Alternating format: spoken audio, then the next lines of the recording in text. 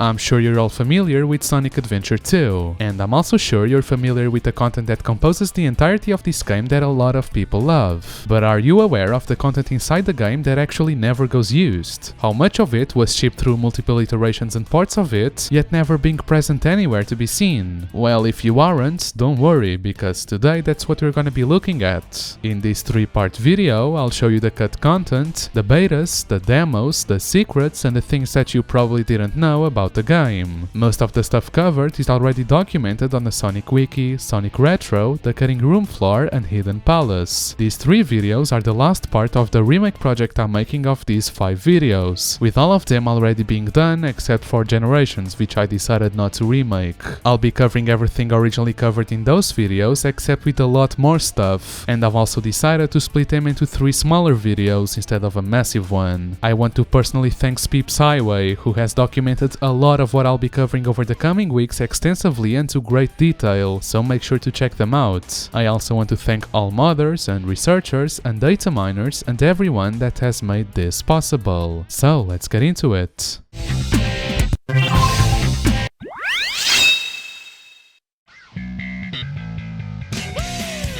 In these types of videos, I always like to start by covering the cut content first, and then analyze some betas, prototypes, trailers and concept art of the game, and then end with a development story as well as some trivia, showing you hidden and obscure facts that you might have not known about the game. As you can probably tell by the title, in this video I'll be covering the cut content. Sonic Adventure 2 has 3 distinct versions: the original Dreamcast release, SA2 Battle, and the 2012 re-release of Battle for the PS3, Xbox 360 and Windows. So let's start by covering the Dreamcast version, beginning by unused assets. There is a capsule graphic of a ring with a question mark on it as opposed to a 5, 10 or 20 as is normally seen in the stages. According to the original file name, this would have given the player a random number of rings. Among the common textures for the objects in the game, a test texture called Sikake can be found, probably used for objects 32 by 64 units long. Although this texture does go used for the palm trees in Green Hill Zone, it has an unseen and really out of place portion on the far left. Among the texture folder for the event where Eggman finds that Sonic's group made it to the Space Colony arc from the Pyramid Base is a screen of Tails that is never shown. Strangely, the emerald he's holding has the wrong color, being white instead of yellow. Similarly, the ending cutscene for the Dark Story has an unused and very early version of the danger/warning graphic,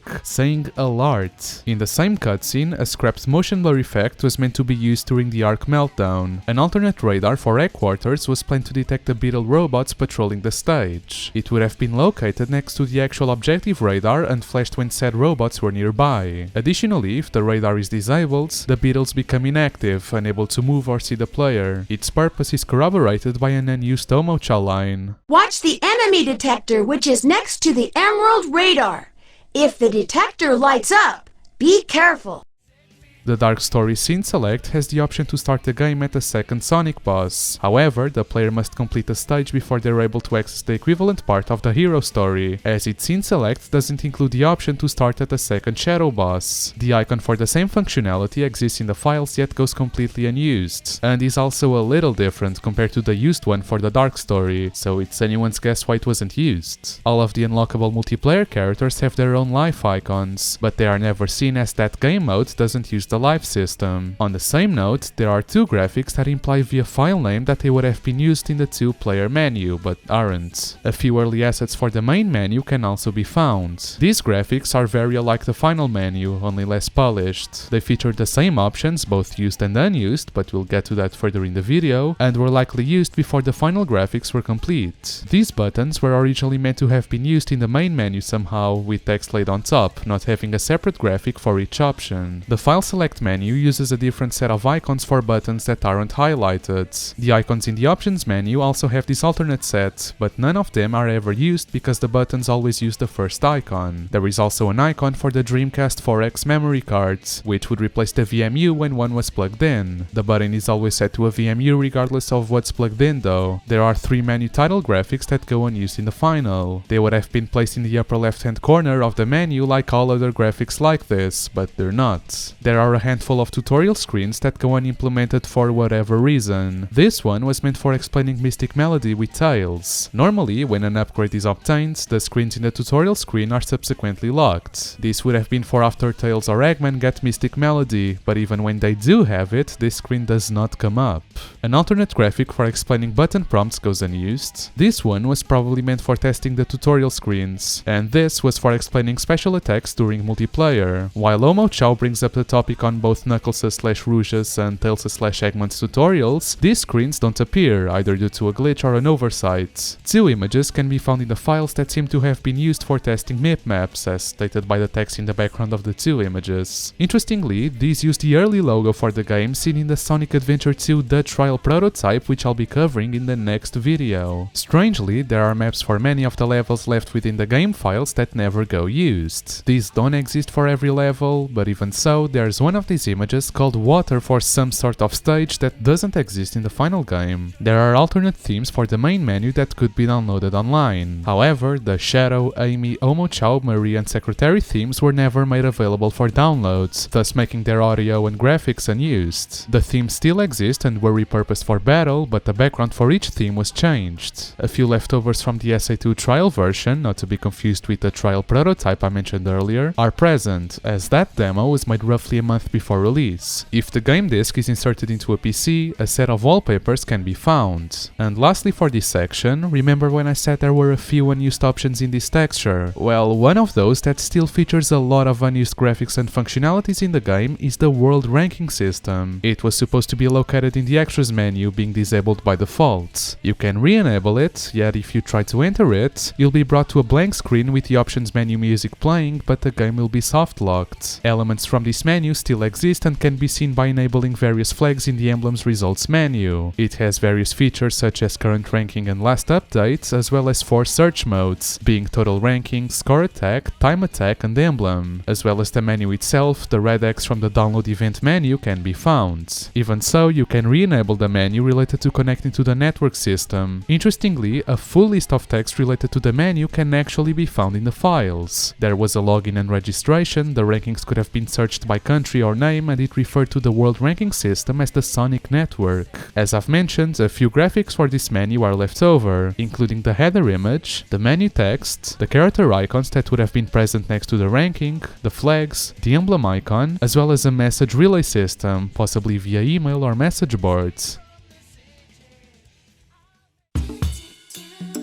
Now let's take a look at some unused objects. Some are either present inside a wall or in other inaccessible place, while others are still interactable, because instead of being deleted, they're simply invisible. In Iron Gate, after the first locked door, there is a room with an elevator that leads to a tight tunnel, and after that you drop into a room. Before that room, to the right, there's a dash panel inside the wall. In White Jungle, near the start, there is a dash panel misplaced below the starting tunnel. Additionally, there are 2 on either side of the one that Shadow falls on to start the level. But this isn't all, there are more objects located out of view. They include floating platforms, lines of rings, more dash pads, 2 invisibility capsules, a weird spinning object and numerous beetle robots. These objects don't seem to have much connection and are located in such a way that the player would never see them normally. However, they do make more sense once you replace Green Forest's layout with this one, as it becomes evident that they're left over of a very early version of Sonic's counterpart of the level. The attributes of some objects are broken though, such as the jump panel, which will always kill you. The version of Green Forest seen in here is very incomplete, with some objects suggesting it may even be older than the one shown in the E3 2000 trailer, a very interesting trailer which I'll also only be covering in the next video. If you hack Sonic or Shadow into Meteor Herds, a hidden rail can be found. One end begins on the central tower, leads sharply downwards and features 2 successive loops, and the other ends near the starting point. As Knuckles can't grind in this game, the rail is normally unseen.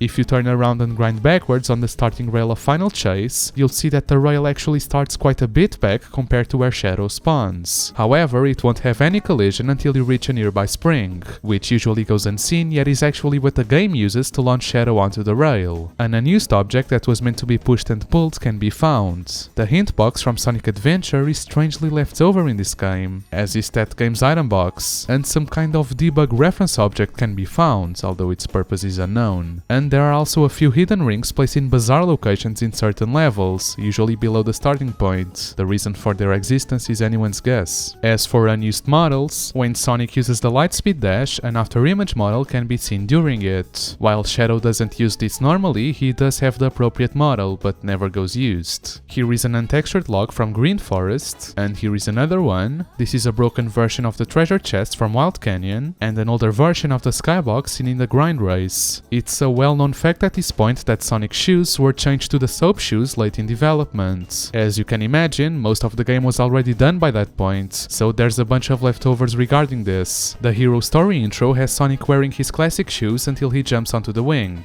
The shuttle launch scene in the Dark Story still shows them, and one of the screenshots from the credits still shows them. All of these were fixed in battle, however all of the game's artwork still depicted him with the classic shoes until the 2012 re-release. Present in all of Sonic's cutscene texture files are textures for the shoes, the original Lightspeed shoe upgrades, and a number of blank files. Of note is that these textures feature red souls, as opposed to the grey souls seen in early prototypes and screenshots. Now let's take a look at some cutscene oddities. Several interesting things can be found hidden in events, whether off-screen or left in the files. In the scene where Sonic is in jail, when the camera focuses on Amy, Sonic continues playing animations. Despite being impossible to see, Knuckles has complete mocap animations for when he's under the manhole in this cutscene. During Sonic's side-eye hardline, Shadow is walking off-screen, notably in a different position to the previous shot. He disappears entirely for the shot with the Chaos Emeralds. A different version of this cutscene's map includes an early version of the room's control console, albeit off-screen, being partially visible in the Maria flashback on Prison Island. In this cutscene, Eggman T-poses until the camera reaches him. There is a large unseen light effect in the Maria flashback.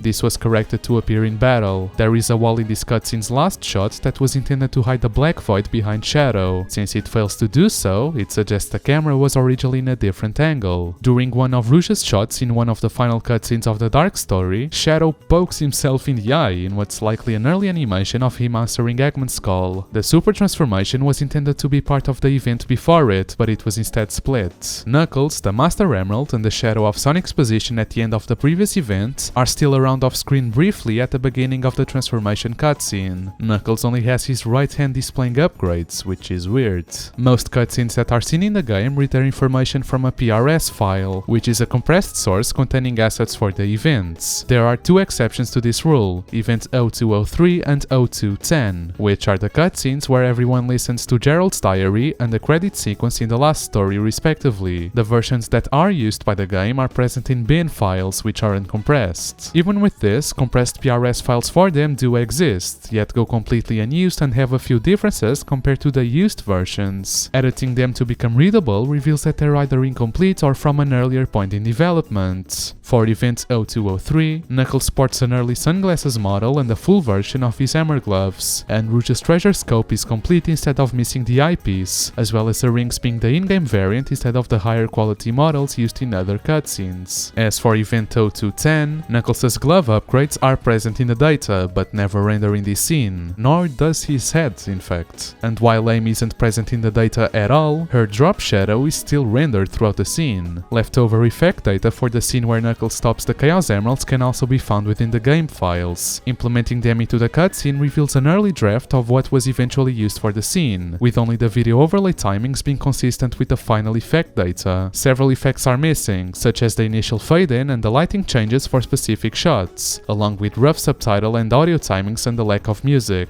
There is an unused in-level cutscene that displays Sonic doing a short animation for his head and hands. It lasts for 20 seconds and has a texture mapping issue that replaces Sonic's sclera with the texture used for the flame ring. This can be fixed and was fixed for SA2 Battle, even though it also goes unused there. There are a few event files in the game that are used to display timestamps before in-game events or stages, such as at the start of most of Knuckles' levels. Weirdly, these events seem to be built from a partially blanked version of that Sonic cutscene, as his hands float behind the camera and perform the same animation. This can also be seen in the shadow image after the last story. The lighting is too dark to see in the Dreamcast version, but this was left over in the ports where you can actually see them. Some events have additional sets of lighting data that seem to be left over from earlier builds. The Dreamcast version ignores them, but they cause issues in SA2 Battle because all of them get used at the same time for some reason. Event 0106, Shadow's first flashback at Radical Highway, contains the textures for the in-game in-game external model of the Ark. There was originally a shot of Shadow being ejected from the Ark in a capsule in the same way as Sonic, but it was removed. Though it was removed from the event itself, it wasn't removed entirely, as it was used in the trailer for the last story. It's easily overlooked and mistaken for Sonic's version, as Shadow can only be seen inside the capsule for a single frame as it passes the camera. In the Dark Story intro, the level 1 door texture has its name written at the top.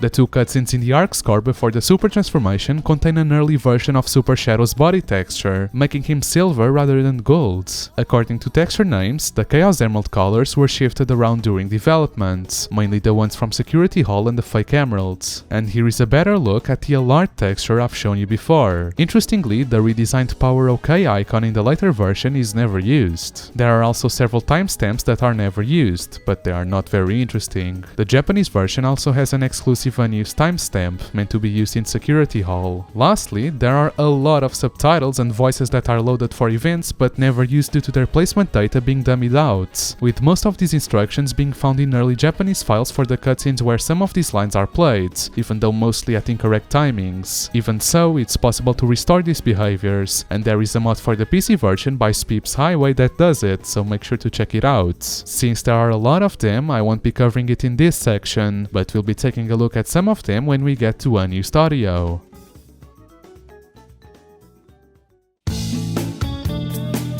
Now let's take a look at some unused stages. There are 3 test levels that were used during the game's development and removed from the final game that were known as Basic Test, Knuckles Test and Sonic Test. Although Basic Test would be left over in SA2 Battle, all of them are absent from the Dreamcast version. The textures for these test levels can actually be found in the files though. The textures from Sonic Test can be seen in the version of City Escape shown at the E3 2000 trailer, which I'll be covering in the next video as I've said before. There are 3 files that contain object layouts and camera info for Knuckles Test. Despite the stage not being there, it seems to follow the same basic blueprint as Basic Test, and thus its files can be replaced to create a somewhat playable version of the stage, although in SA2 Battle. There is a single camera angle at the center of the stage that seems to circle around Knuckles, focusing a non-existent object in the center of the map.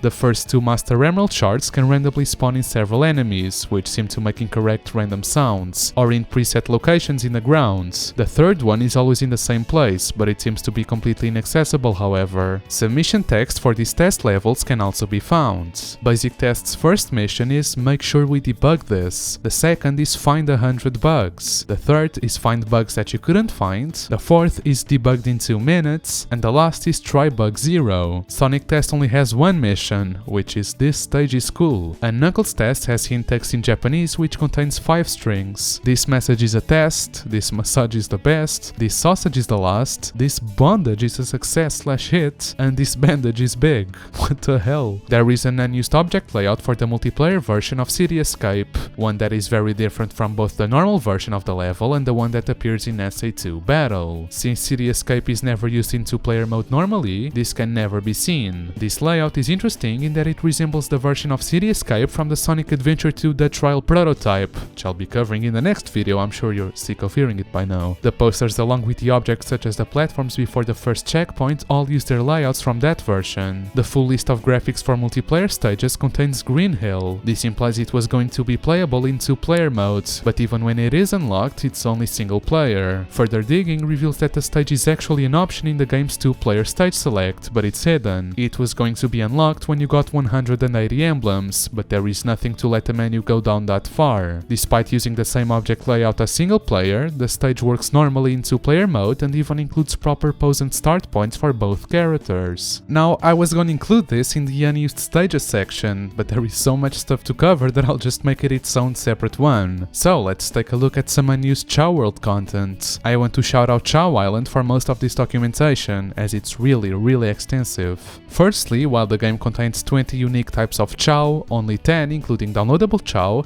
can be obtained normally. Most of the unobtainable breeds are normally only ever seen in certain Chow races, but can be spawned into the garden with cheats. 2 breeds of chow do go unused altogether though, with no way of seeing nor obtaining them normally. These are actually part of a group of 3 along with the moon chow, however this one wouldn't be rendered fully unused as it was later available via downloads. Even so, some additional alternate colors of chow exist in the game files which are also unobtainable. These are just 3 of several unintended colors caused by forcing the color of a chow to use an ID other than the 14 colors used in the game, being indexed in an array of 0 to 13. These are 3 colors which result in choosing values outside of the array. Additionally, 6 chow textures go unused. This one can be found amongst the Dreamcast jewel textures. Its name suggests it might have been a special texture chow like the moon chow. A similar case to the previous one, this can be found amongst the jewel textures, yet it does not look like any jewel texture. Here is a supposed metal version, being unknown what it would have been used for. It's believed to be an update of the first chow I showed,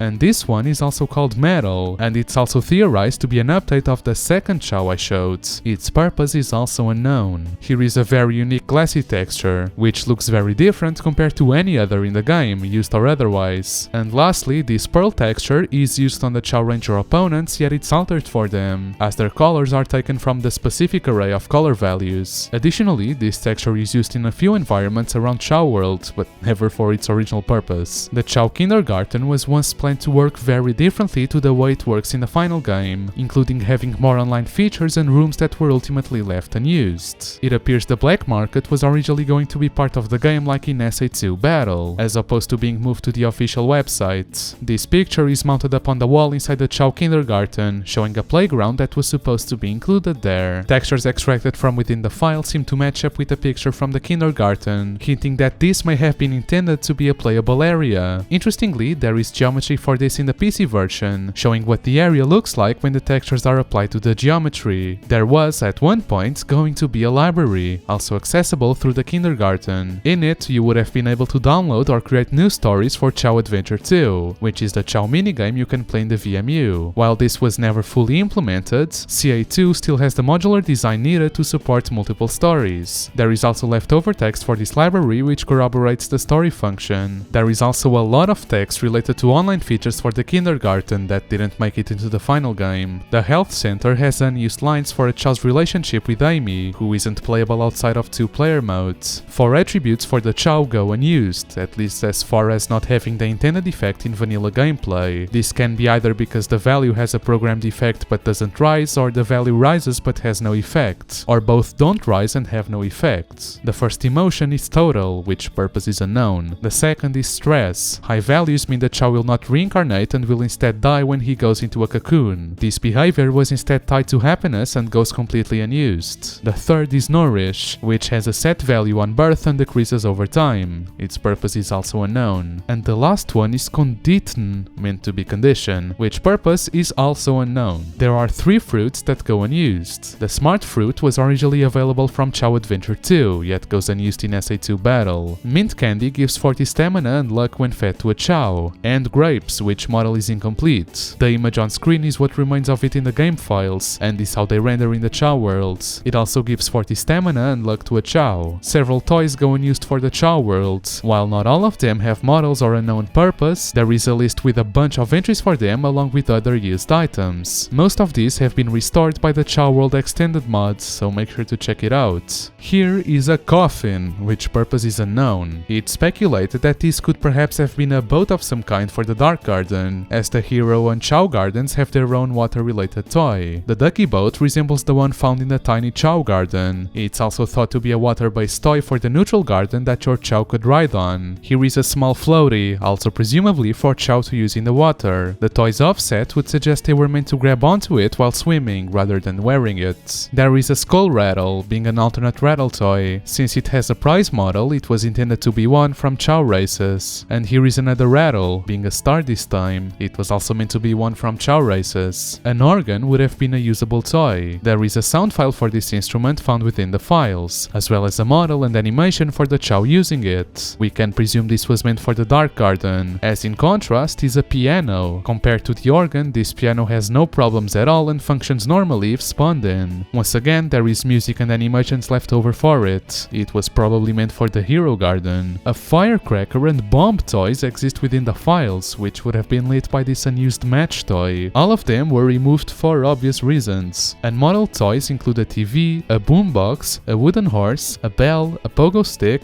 and some other instruments like bells, drums, trumpets, tambourines, maracas, flutes, etc. 2-tone eggs can be found within the files. There is one for each of the various 2-tone Chow, as well as shiny versions. In the final, eggs can only be monotone, shiny, jewel, or the regular type. Unlike the other Chow types, the 2-tone can be bought, rendering these eggs unobtainable. For some reason, both the child and adult raccoon tails go unused in the final game. They can be restored and work as intended. A big medal was intended to appear in the Chow world, but never does. It was most likely meant to be seen in some kind of collection room or in another random room. While the model is finished, it bugs out and appears to have some missing polygons. And the VMU model goes unused and has wrong texture mapping, using Shadow, Tails, Knuckles, and Eggman drawings. Looking kinda creepy, honestly. Lastly, there are a lot of unused audios related to Chow and the kindergarten. Several ended up used in SA2 Battle, but some go unused in all versions. Here is the full, high-quality unused song for the kindergarten that can be heard in the radio, although in the radio is downsampled.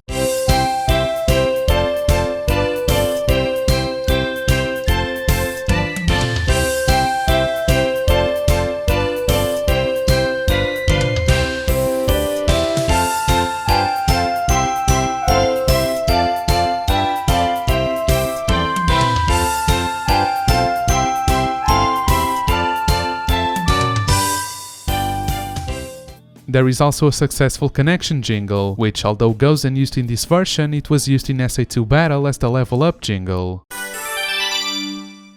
There is a jingle for a failed connection, which never goes used.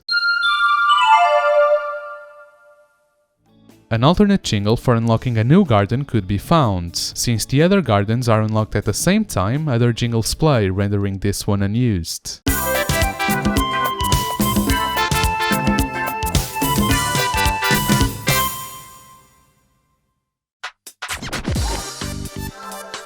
Speaking of unused audios, let's take a look at unused audios. As is tradition with every Sonic game, there are a lot of them, and when I say a lot, I really mean a lot. Since several of them aren't very interesting, I won't be covering every single one, just the most interesting. If you want to listen to all of them, I recommend checking out the Cutting Room Floor page on them. Since we're in the topic of the Chow Garden, we can start by unused Tomo Chow lines related to it. All of the subtitles for these lines can be found in the game files, so it's safe to assume the Chow world had much more Omo Chow in it at some point than it does in the final, as he mentioned several features that aren't in the game. Many of his lines for the apparent in-garden tutorial ended up being repurposed for the tutorial menu in the final game though. Considering Omo Chow can be hacked into a garden as a raisable Chow, or at least a skin of him, perhaps he was going to be a legitimate unlockable Chow that spoke unique quotes at some point. As I've mentioned, there are lines for several features not included in the final game, such as flowers blooming around the Chow. Look, look! Flowers are blooming around that Chow. Chow laying eggs. Watch Chow closely and you may see them lay eggs. An alternate camera for viewing your Chow. Use the D-pad to change the camera angle.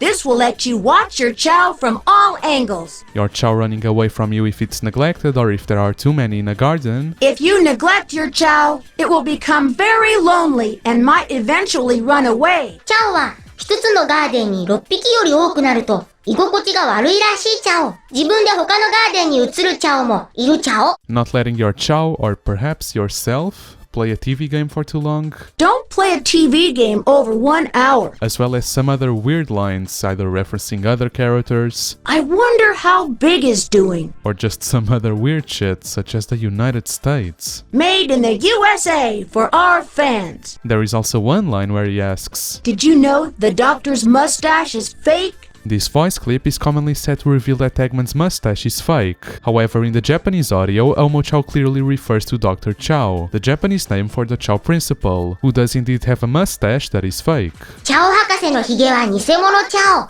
Omo Chow was also meant to have more to say in the Chow World entrance. He only has one used line, being the Welcome to the Chow World line, which ended up going unused in battle anyways. Get to the Chow Garden from here. This is the Chow World exit. Go to the Hero Garden from here. Go to the Dark Garden from here. Go to the Chow Kindergarten from here. He also has several lines related to all of the Cut Online Chow content being scrapped early in development. There are Chow from all over the world here in the kindergarten. You can download a new scenario of Chow Adventure from the library. Visit the parks and classrooms where you might meet some new friends from around the world. To visit the Chow Kindergarten, you have to go online. Make sure to ask your parents first. The Chow Kindergarten is so much fun. Visit the parks and classrooms to meet new friends from around the world. In Essay 1, when you ran out of lives, a continue screen would appear asking you if you want to restart the level. Even though Essay 2 doesn't have this system, the song from Sonic Adventure is left over in the files.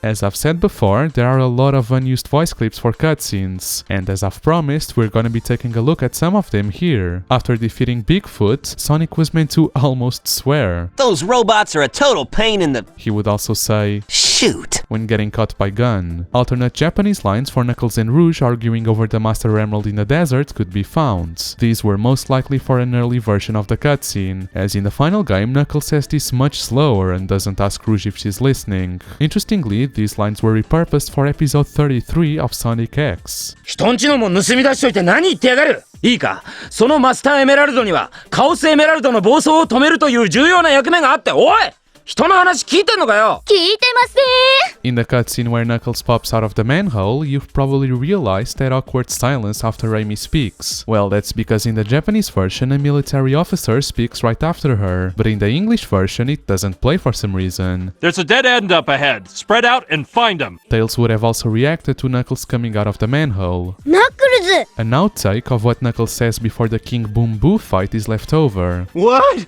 A ghost?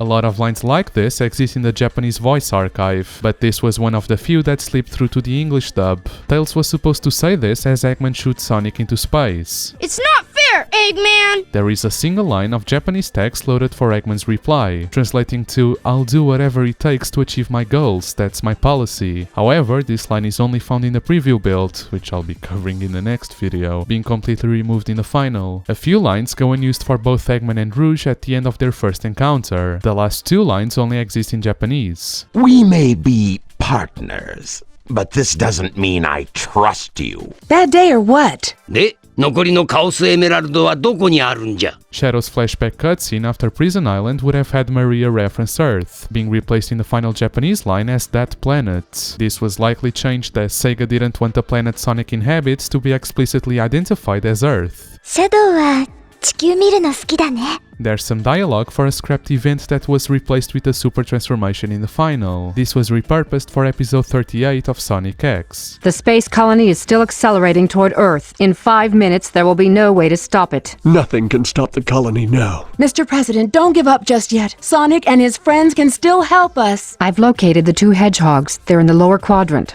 The space colony has entered the Earth's atmosphere and is accelerating. That's ridiculous. There's no way 2 hedgehogs can stop the colony now. They can. I believe in them. Together they can do it. I just know it. Similarly, cheer lines were supposed to play in the cutscene after the final boss, also being repurposed for episode 38 of Sonic X. Go for it, Sonic! Shadow, we're counting on you. I'm counting on both of you. Hang in there, Sonic! Shadow! And these 3 voice clips were going to play during the FMV of the Ark's reappearance, also repurposed for that episode. There's an emergency message from the Space Bureau. They are tracking the space colony's re-entry trajectory, and it seems to have reappeared in quadrant L1. You know, when I was a kid, I used to dream about heroes like them and their heroic deeds. Mr. President, that's why you should be like them. Never give up.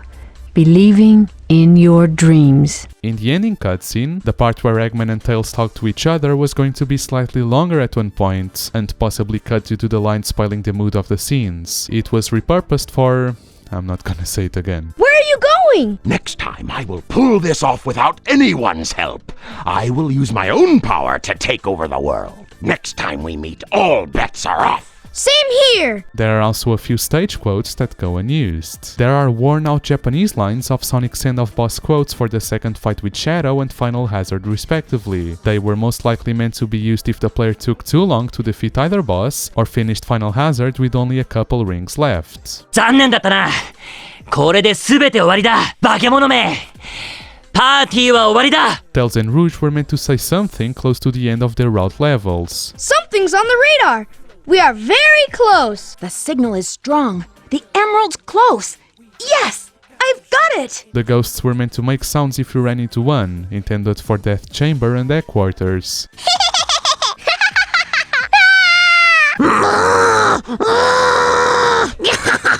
Sonic and Knuckles have third idle quotes for Final Rush and Meteor Hurt respectively. Since each character only has 2 unique idle quotes, these go unused. 俺の足のついてる方が地面さ。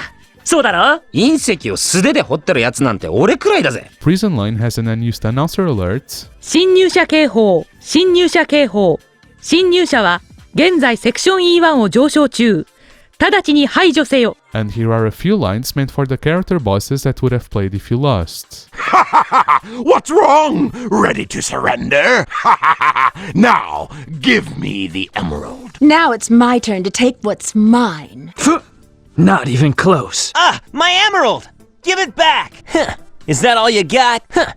Too bad. What's up? Ready to surrender? Take that, Eggman! You ready to give up? There are a few lines that the default menu voice never says. Type select. Emblem records. Kart racing. Download events. The Secretary theme has a variant of all lines where the player is referred to as Mr. President. Which story do you wish to try, Mr. President? Is this the stage you would like to go to, Mr. President? You can change things to your liking here, Mr. President. There's just not enough memory to save your game, Mr. President. Please enter your ID and password, Mr. President. Would you like to customize the main menu, Mr. President? A bunch of lines for the world ranking system go unused, said by all characters including the default menu voice and the Secretary.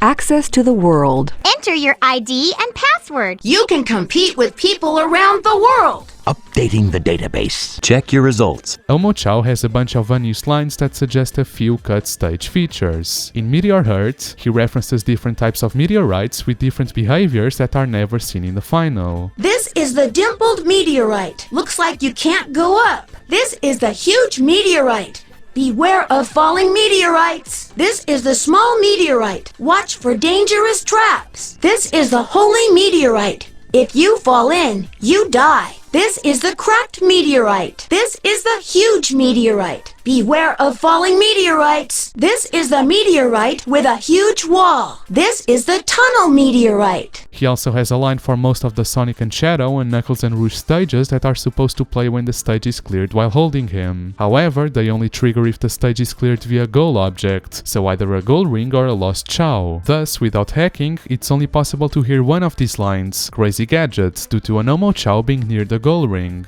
Whew!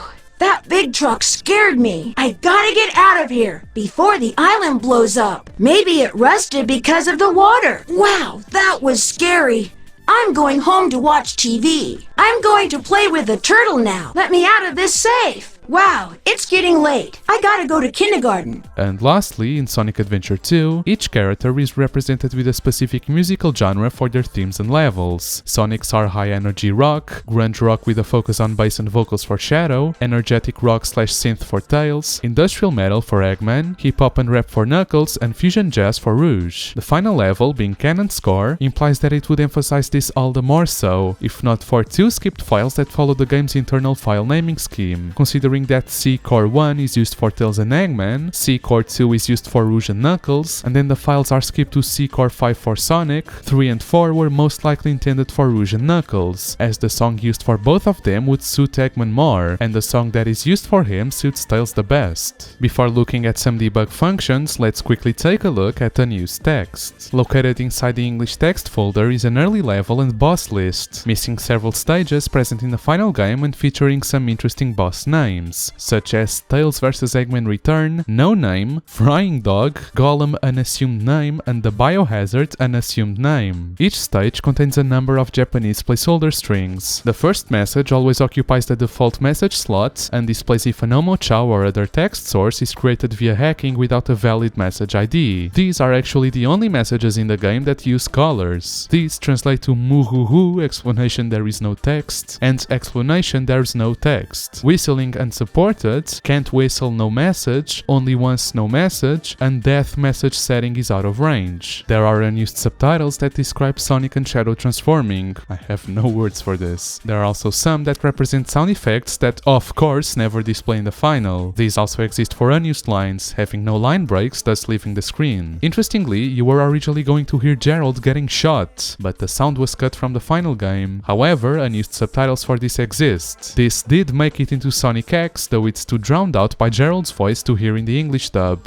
And now let's actually take a look at some debug features. There is a debug menu in all versions of the game, working almost identically across all of them. The menu has the following options to choose from: Game 1P only, which lets you select a level with one player; Game 2P 3 points match, which loads you into a level in multiplayer until one of you wins 3 times; Game 2P 1 point match, which is just a regular level in multiplayer; Test event lets you see cutscenes; Demo 1P only lets you record the demo with one player; Demo 2P records a multiplayer demo; Demo look previous taken 1 replace the previously recorded demo; and the play from options load the respective story modes. The game and demo options will ask you to choose a character or a character set and a level. The list of levels includes all the character's normal stages, Chow World, misspelled as Chow World, and test levels, which do not exist and crash if you try to select them. The event test not only lists all the events and allows you to view them, but it allows you to stop them, speed them up, or slow them down, and even make them play in reverse. The trial, preview, and May 7 prototypes all contained an extensive debug mode that could be accessed by enabling certain flags. In the final version, this mode has been entirely removed with the exception of a few leftover features. Firstly, free movement mode. As its name suggests, it lets you fly around with the character as you wish. If you connect a second controller and press the Y button, Sonic will gain access to a board. This flag is enabled by default in the final game, but its functionality has been removed almost entirely, with Metal Harbor being the only level that the feature will still work on. And lastly, while it can't be seen normally, the only remaining part of the debug display left in the game is the collision display, that lets you see the geometry the character is colliding with.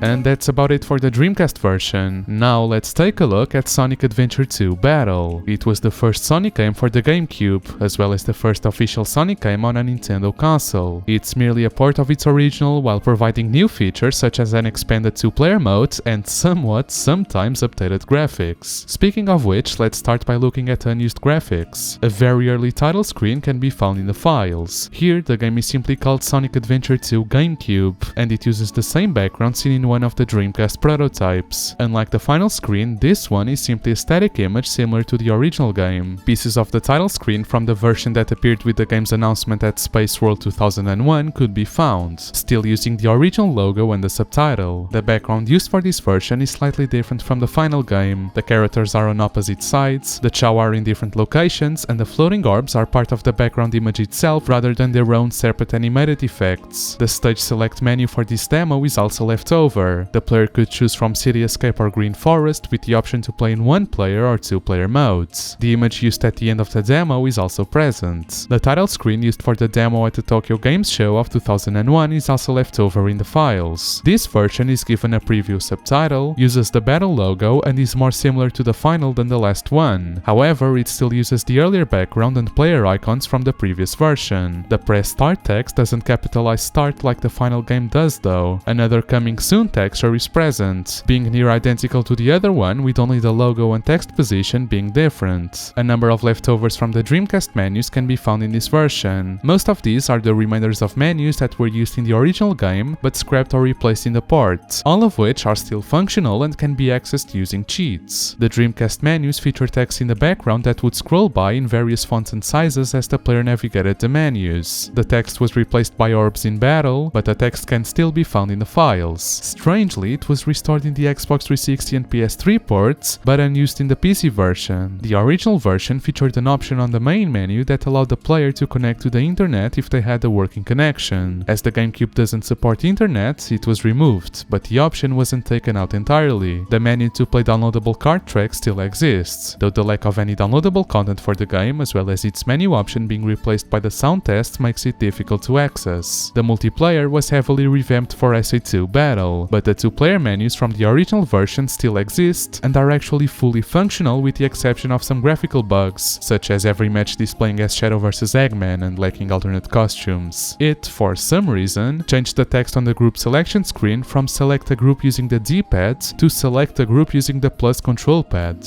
And lastly, the TV settings menu, used for changing between 50 and 60 Hz, was left over, fully working although not really doing anything. At some point in development, Sonic and Shadow in their super forms were planned to be playable in multiplayer, accessed in the same way as their alternate costumes. Even though they are normally inaccessible, you can reactivate them by using cheats, using two name graphics that normally go unused, although using their normal descriptions. Their actual description goes completely unused. While you can select them this way, when you load into the stage, their regular versions will be used instead. Also hidden in the files is the supposed method of unlocking them, clearing Green Hill Zone with an A rank, which in the final doesn't give you anything. There are a few unused cutscene elements in this version. The files for the original intro event from the Dreamcast version can still be found unused in the ports. The scene can be accessed from event test in the debug menu I've already shown you, but it doesn't play. The reason for this is that it uses a different base address, as well as an outdated format Battle doesn't read. The cutscene can be played by correcting these issues, but the animation is broken because the motion data only has half the number of frames as the original. Accessing the textures for the scene reveals that they are slightly different from the original version, even if it goes unused. The event suffers from rendering bugs, as the logo's rear, which is usually hidden until the right moment, is drawn in front of the space background. Additionally, the letters on the logo lack the metallic texture they initially appear with in the Dreamcast. The space background is also more zoomed in than the original, which may explain the texture change. Due to the 3D logo at the end, there are two versions of Battle's intro scene, one using the Japanese logo and another using the English one. The video files used to display special effects in this scene have two versions due to the logo change, as the Battle text has a different shape in the different alphabets. However, due to an oversight, the Japanese version is used in both intros, meaning the glowing effect doesn't match the Battle text in the English version. Here is how it would have looked like if it was implemented properly. Every cutscene seen in SA2 Battle generally shares some similarities with their Dreamcast counterparts, but with minor differences to character models and camera angles. However, the formatting used for these cutscenes was also changed to separate the motion data, aka how the characters move, from the main file and to support terrain updates if necessary, such as doors opening or closing. But this wasn't the plan initially. Proof of this, besides the unused intro, is a mostly unaltered version of Event 0017, the cutscene before Death Chamber being fully functional. To make it work, heavy alterations and tweaks are necessary, but once it's edited to work, the result reveals an in-progress conversion of the original scene's assets before the terrain changes were applied.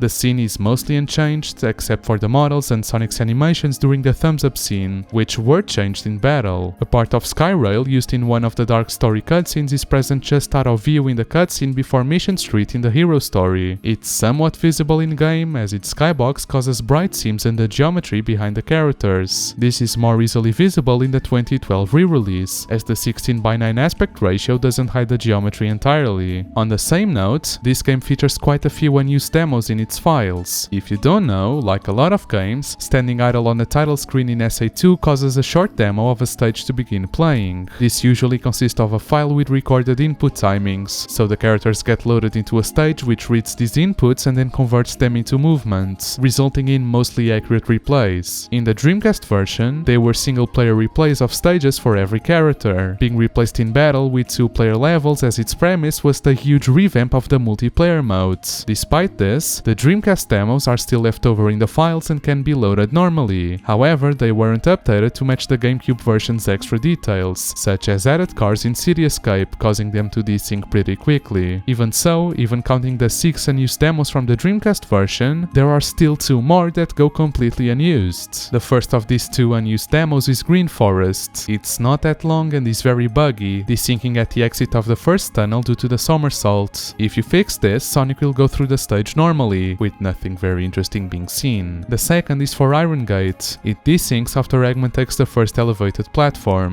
Different from Green Forest, you might have noticed that the camera layout for this is very different from the stage you normally go through. Well, you'd be correct, as this camera layout is actually very old. How old? Almost a year before release. From the trial prototype I've already referenced 1,000 times from November 2000. It is unclear how these camera angles made it into this version though, as they are stored within the stage data, not the demo data, which means the actual demo isn't that old.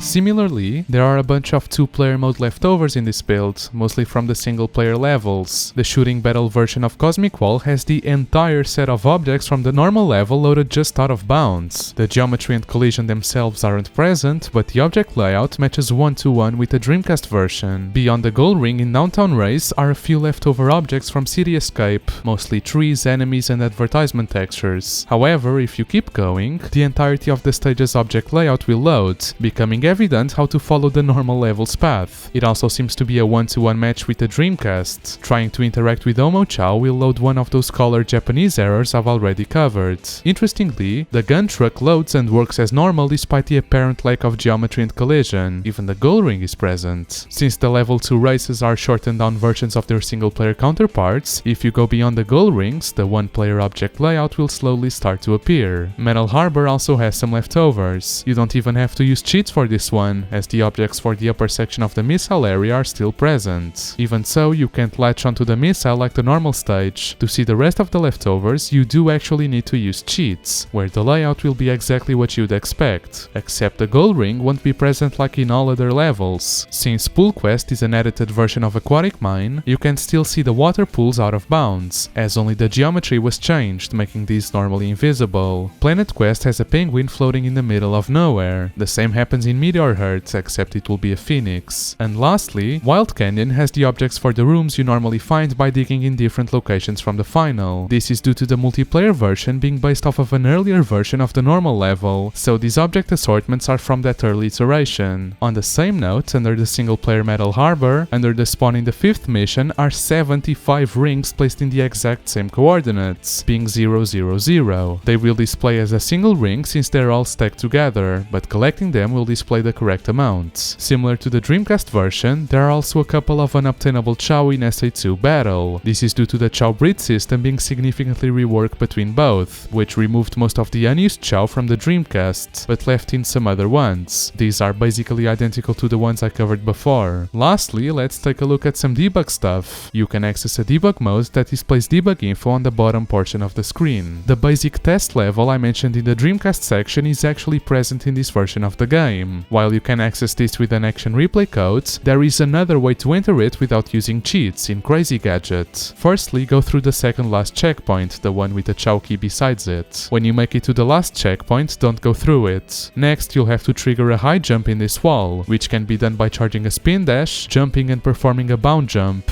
Once you're on top of this platform, spin dash onto this one, then jump here, die and return to the platform. Then, before the screen blacks out, jump out once again, but this time don't come back. This will cause you to hit the gold ring, triggering the result screen while you respawn at the last checkpoint. Now break the Chow crate, charge up a spin dash, and just as the result screen is about to end, let go and grab the Chow key. And now you'll be inside the test level. There's not much to it really. It's what you would expect from a test level. Collision testing, ramp testing, spline testing, jumping testing, physics testing, you get it. It's still kinda interesting though. And lastly for this video, let's take a look at the 2012 re-release. The font used for the debug menus is left over. The background for the title screen includes text for the trial versions. While they are used for the console versions, they went unused for PC as it has no demos. Deleting the files that are used to display the HD HUD and remove the Soapshoes references will make the game use the original texture files, which were left unmodified from the GameCube version. Previous versions of the game had a tutorial options in the extras menu where Omo-Chow would guide the player on how to play. This was removed in this port, however the screen is still left over in the game. game, being identical to the GameCube version. And lastly, in the Steam version, one file contains a list of 4 models of the GameCube memory cards in a box with a slot indicator above them. Additionally, other files contain textures for the GameCube model that appears in the back of the GameCube version's file select screen. And that's about it for this video. The second part, covering the game's demos, prototypes, betas, trailers, concept art and other stuff, will be coming out in a few weeks, so stay tuned for it. I hope you enjoyed the video, and if you did, please consider subscribing and turning on notifications, as it does really help me out a ton. You can also support me on Patreon for €1.50 and get some perks, like early access to videos and your name at the end of the screen. I also have a Twitter if you want to follow me there, and check out my community tab once in a while, where I post quite frequently with video news. And that's about it really. I'll hopefully see you soon.